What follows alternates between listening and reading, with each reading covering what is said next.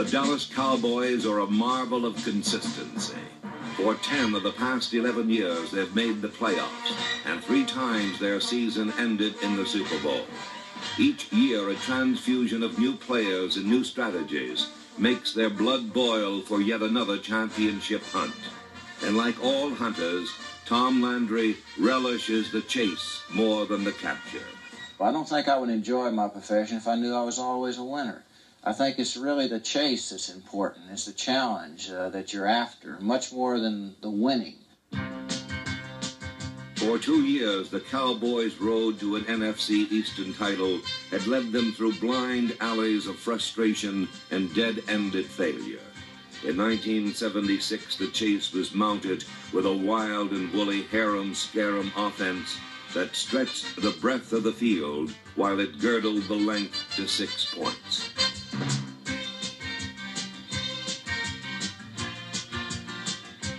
Dallas could stand toe-to-toe and slug it out, but it was their now you see them, now you don't, float like a butterfly, sting like a bee attack that was their signature.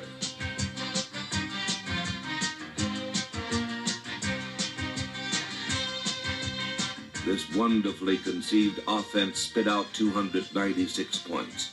And as one coach remarked, they come at you in so many ways with so many players that you don't have enough fingers to plug up the dike.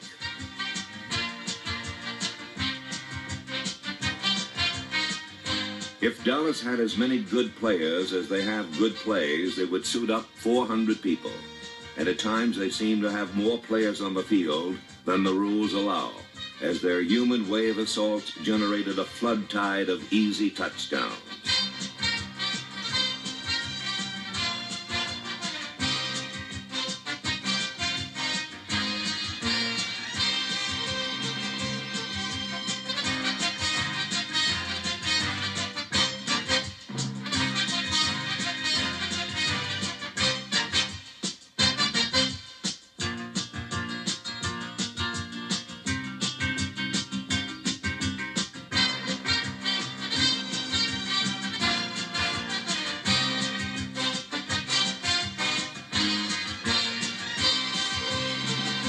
The Cowboys won 9 of their first 10 games, and it became readily apparent that stopping their drive in the East would be harder than squeezing blood from a stone.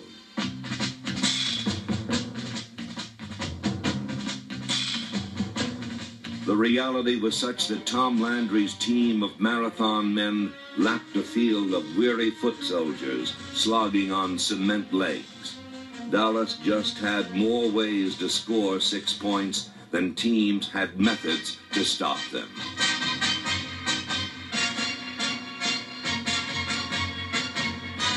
The Cowboys' wild and woolly style was mind-boggling. So exciting, in fact, that a season ticket bought you a seat you never sat in.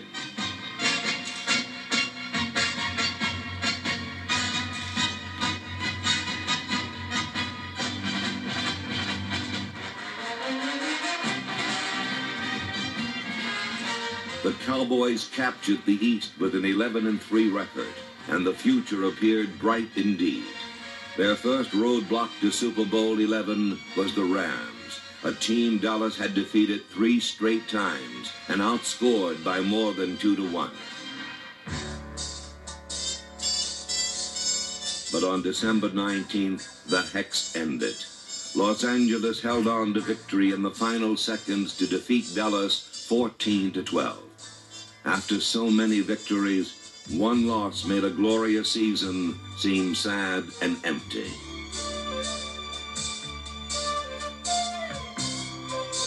For 43 players, there were no lessons to be learned from this loss, but for one man, defeat has been his greatest teacher. I think the greatest thing that competitive athletics does for anyone is it teaches him how to meet defeat, not how to meet victory. Because I think that only through defeat is character built. And I think this is the greatest thing that competitive sports do for any youngster or any man. And as I've gone through the game of football through the years, I've been able to cope with the defeats and learn how to overcome them, to endure to the point that you can come back the next time and compete harder. Two areas where Dallas showed marked improvement were defense and special teams. The defense surrendered just 194 points, and the special teams proved daring and imaginative. Imagination was a friend Herrera, the NFL's most accurate place kicker, punting and nailing down the coffin corner. Against the Cardinals, daring was a fourth down pass from their own 15 by punter Danny White that vaulted the Cowboys out of trouble and into the playoffs.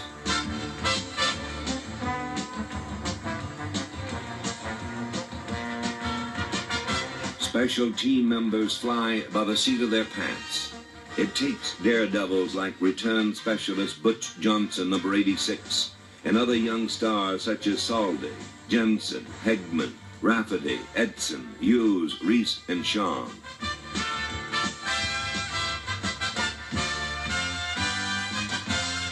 Dallas special teams excelled in one area, blocking punts.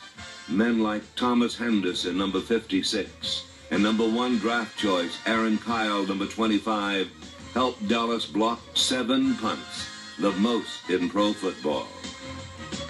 It takes special men with a special knack to surrender their bodies and take the ball off a punter's foot.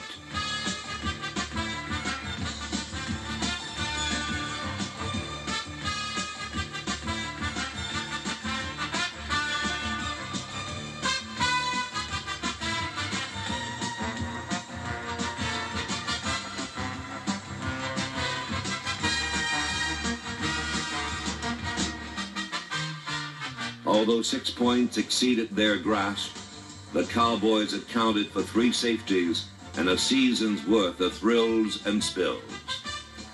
Special teams are a stepping stone where young Cowboys mellow and mature until they finally earn their star on defense.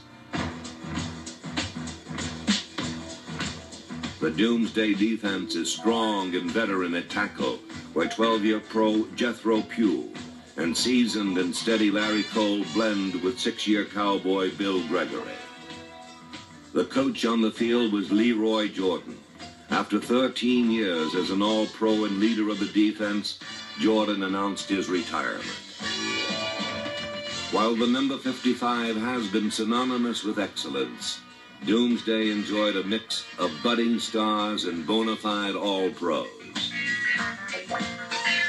Linebackers Bob Brunig, Randy White, D.D. Lewis, and Jordan operated behind a flexed front 4. Everyone in the flex had zones of responsibility, and they played it so well that only one running back gained 100 yards against it.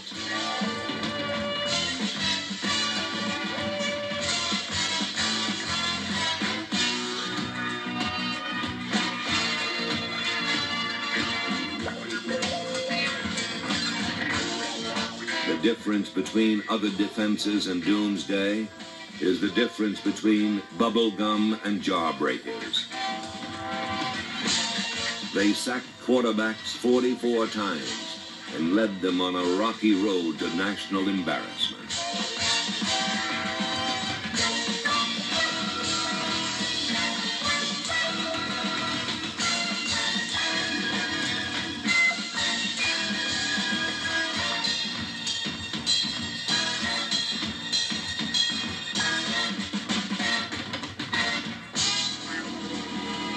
In the bewildering scheme of the Dallas defense, the coordination between pass rush and pass coverage means the difference between a sack, an interception, or a touchdown pass. Happily, the Cowboys are blessed with all-pro safeties Charlie Waters and Cliff Harris, and gifted cornerbacks Benny Barnes, Mark Washington, and Mel Renfro. Like the Mounties, the Cowboys always got their man. But in catching the robber, sometimes they dropped the loot.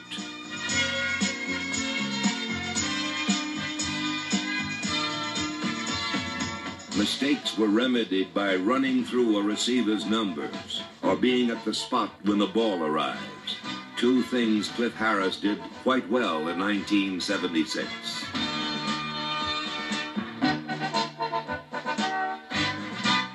quarterback has to be Sherlock Holmes to solve the mysteries of a secondary that leaves a trail of false leads, smudged clues, and a baffling maze of coverages.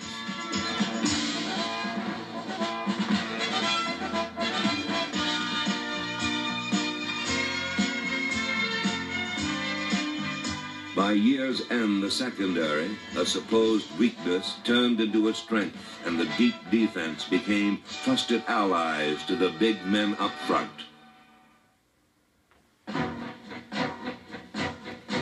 In football,